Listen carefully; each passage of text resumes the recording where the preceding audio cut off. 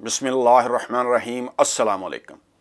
ख़वातीन और हज़रात, पाकिस्तानी सियासत एक तरफ रखें, पहले मैं आपको एक वीडियो की ऑडियो सुनाना चाहता हूँ, वो सुने।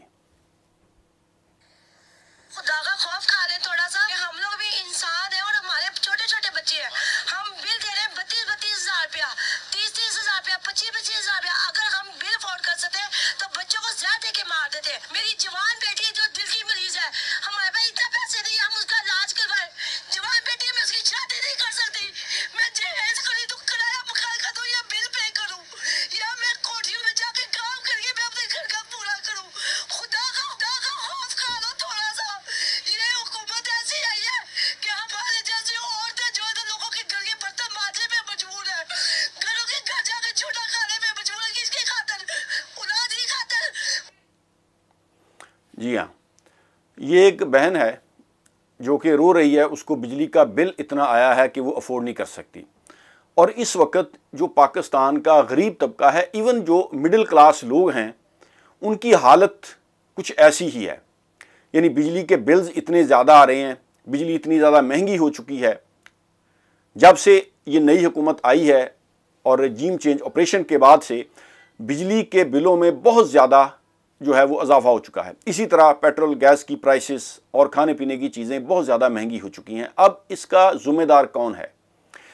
पाकिस्तान की आप हिस्ट्री पढ़कर देख लें, कोई भी जब हुकूमत आती है ना, वो अपना मलबा वो पिछली हुकूमत पर थोप देती है कि जी फ़लाँ ने कर्जा लिया, फ़लाँ ने ये गलत पॉलिसी लगाई।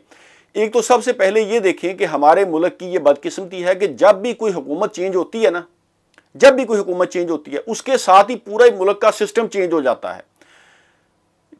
आप देखें जो तरक्की याफ्ता मुल्क हैं, मैं अभी आपको मिसाल देता हूं। चंद हफ्ते पहले बरतानिया के प्राइम मिनिस्टर बोरिस जॉनसन, जो कि कंजर्वेटिव पार्टी के लीडर थे, प्राइम मिनिस्टर थे बरतानिया के, उसने रिजाइन किया और उसी पार्टी की, कंजर्वेटिव पार्टी की एक औरत लिज ट्रस, वो प्राइम मिनिस्टर बन गई। किसी को कोई पता नहीं, मुल्क का निज़ाम वैसे ही चल रहा है। अभी ये जो मलका एलिज़ाबेथ, बरतानिया की क्वीन फौत हुई है, उसका बेटा प्रिंस चार्ल्स वो बरतानिया का किंग बन गया। यानी देखें कि मुल्क में जमहूरियत भी है और बादशाहत भी है। और वो क्वीन थी, 14 से ज़्यादा मुमालिक उसको अपनी क्वीन मानते थे, हेड ऑफ स्टेट, इतना बड़ा होदा। आप इमेजिन करें पाकिस्तानियों, ज़रा ठंडे दिल से सोचें, सियासत एक तरफ रखें, ठंडे दिल से सोचें कि अगर पाकिस्तान में ये सिचुएशन होती तो क्वीन के कई जाली वारिस मैदान में आ जाने थे कि जी हमें हक दे दिया जाए। मीडिया ने अपने अपने मोर्चे संभाल लेने थे। किसी ने एक शहजादे को सपोर्ट करना था, किसी ने दूसरे को, जी फलां तख्त पर बैठे, फलां बैठे। ब्यूरोक्रेसी ने, जुडिशरी ने मैदान में आ जाना था, गद्दारी के मुकदमे बन जाने थे, पैसा चलना था। सियासतदान और जो करता धरता लोग हैं उनको खरीदने की कोशिश होनी थी। जिस तरह पाकिस्तान में ये रजीम चेंज हुआ है, अरबों डॉलर लग गया। इसी तरह फिर एस्टैब्लिशमेंट ने भी मैदान में आ जाना था कि जब तक फैसला नहीं होता हम में से किसी को बादशाह बना दिया जाए, हम 90 दिन के बाद फैसला करके फिर जिसका हक है उसको सौंप देंगे। यानी पाकिस्तान में ये सूरत हाल हो जानी थी। लेकिन बरतानिया में क्वीन फौत होती है, उसका बेटा बन जाता है, तो कोई मुल्क का नज़्म व नस्क खराब नहीं होता, मुल्क वैसे ही चल रहा है। जब भी हमारे मुल्क में हुकूमत चेंज होती है, पूरे मुल्क का निज़ाम जो है वो दरम बरम हो जाता है। जो भी नया प्राइम मिनिस्टर बनता है, फिर वो ब्यूरोक्रेसी अपने मुताबिक करता है, जुडिशरी में वो मुदाखलत करने की कोशिश करते हैं। इसी तरह वो हमारी जो अफवाज पाकिस्तान, उसके खिलाफ प्रोपोगंडा किया जाता है, उनके हमारे जो अदारे हैं उनको मतराजा बनाने की कोशिश की जाती है। और मीडिया का बड़ा शर्मनाक, बड़ा अफसोसनाक किरदार होता है। अभी देखें कि मुल्क में चंद माह पहले की बात है, अप्रैल में ये रजीम चेंज हुआ है ना, उससे पहले देखें कि ये हुकूमत, ये जो 14 जमातें हैं, इनका क्या बयानिया था कि इमरान खान ने महंगाई कर दी, पेट्रोल की कीमतें बहुत ज़्यादा हो चुकी हैं, अवाम की पहुंच से दूर हो चुकी है बिजली, महंगाई बहुत ज़्यादा है, गरीब मर रहे हैं। अच्छा, अब ये हुकूमत चेंज होगी, इमरान खान को इन्होंने निकाल दिया। अगर ये वहीं पर स्टॉप कर देते, चीज़ें वैसे ही रहती, तब भी ठीक था। लेकिन इनका तो बयानिया ये था कि हम पेट्रोल 70 रुपए का लीटर कर देंगे, हम बिजली की प्राइसेस नीचे ले आएंगे, अवाम को रिलीफ मिलेगा, मुल्क खुशहाल हो जाएगा, कर्जे उतर जाएंगे, 6 माह में हम मुल्क की मईशत ठीक कर देंगे। क्या उस वक्त इन्होंने भंग पी रखी थी? इनको नहीं पता था मुल्क के क्या हालात हैं? और आज देखें कि इन्होंने पेट्रोल कितना महंगा कर दिया, बिजली की प्राइसेस देखें, लोग जो हैं वो खुदकुशियां करने पर मजबूर हैं। लोग बिल उठाकर वापडा के दफ्तरों के चक्कर लगा रहे हैं, कोई उनकी बात सुनने को तैयार नहीं है। वो कम से कम अल्लाह के बंदो, जब तक ये आपकी तबाहकारियां सलाब है तो कम से कम 2 माह के गरीबों को बिल ही माफ कर दो। जो गरीब लोग हैं, कम से कम हुकूमत ये तो कर सकती है ना कि 2 माह के बिजली के बिल माफ कर दो। अच्छा, अपनी इन्होंने अयाशियां खत्म नहीं करनी, अपने इन्हों के वही जहाज भर के दौरे हो रहे हैं, वही शाह खर्चियां फजूल खर्चियां हो रही हैं, सहाफियों को पैसा दिया जा रहा है, मीडिया मालिकान को इश्तिहारात दिए जा रहे हैं, वो खर्चे कम नहीं किए, गरीब आवाम को कुचलना है। अब देखें, ये जो औरत है ये किसी के घर में काम करती होगी, उसकी बच्ची बीमार है, इस तरह के केसेस पाकिस्तान में हैं।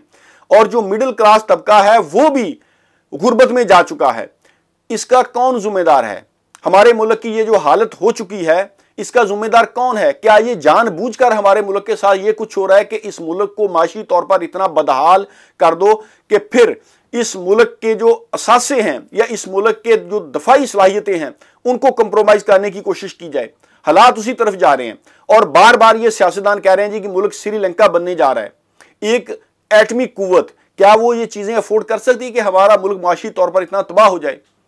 अच्छा भला मुल्क जो चल रहा था, अगर ये हुकूमत प्राइसेस वहीं रखती, यानी बिजली, गैस, इलेक्ट्रिसिटी, जिस तरह की जो खाने पीने की चीजें हैं इनकी कीमतें वही रहती, तो फिर भी लोगों ने इतना परेशान नहीं होना था।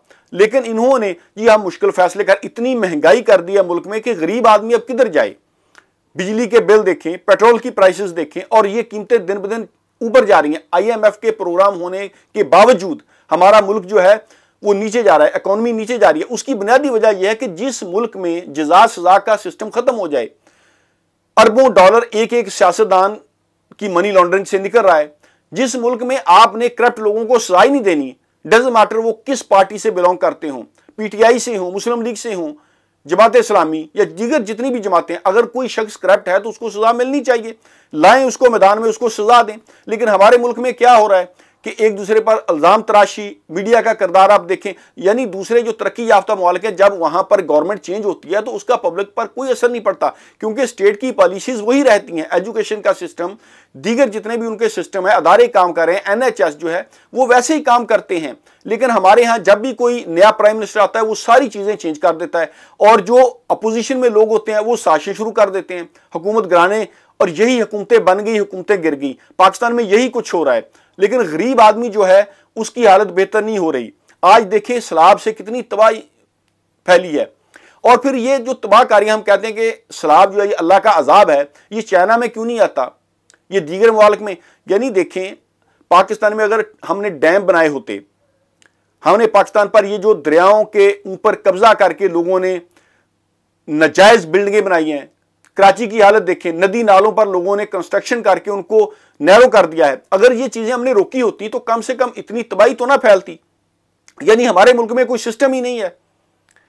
अल्लाह ही है जो हमारे मुल्क पर रहम करे, अल्लाह रब्बुल इज्जत ही हम पर रहम करे तो करे, वरना हमारी करतूतें नहीं है। महंगाई से लोग परेशान हैं, लोगों को रिलीफ देने की बजाय अब देखें ये ड्रामे हो रहे हैं सारे।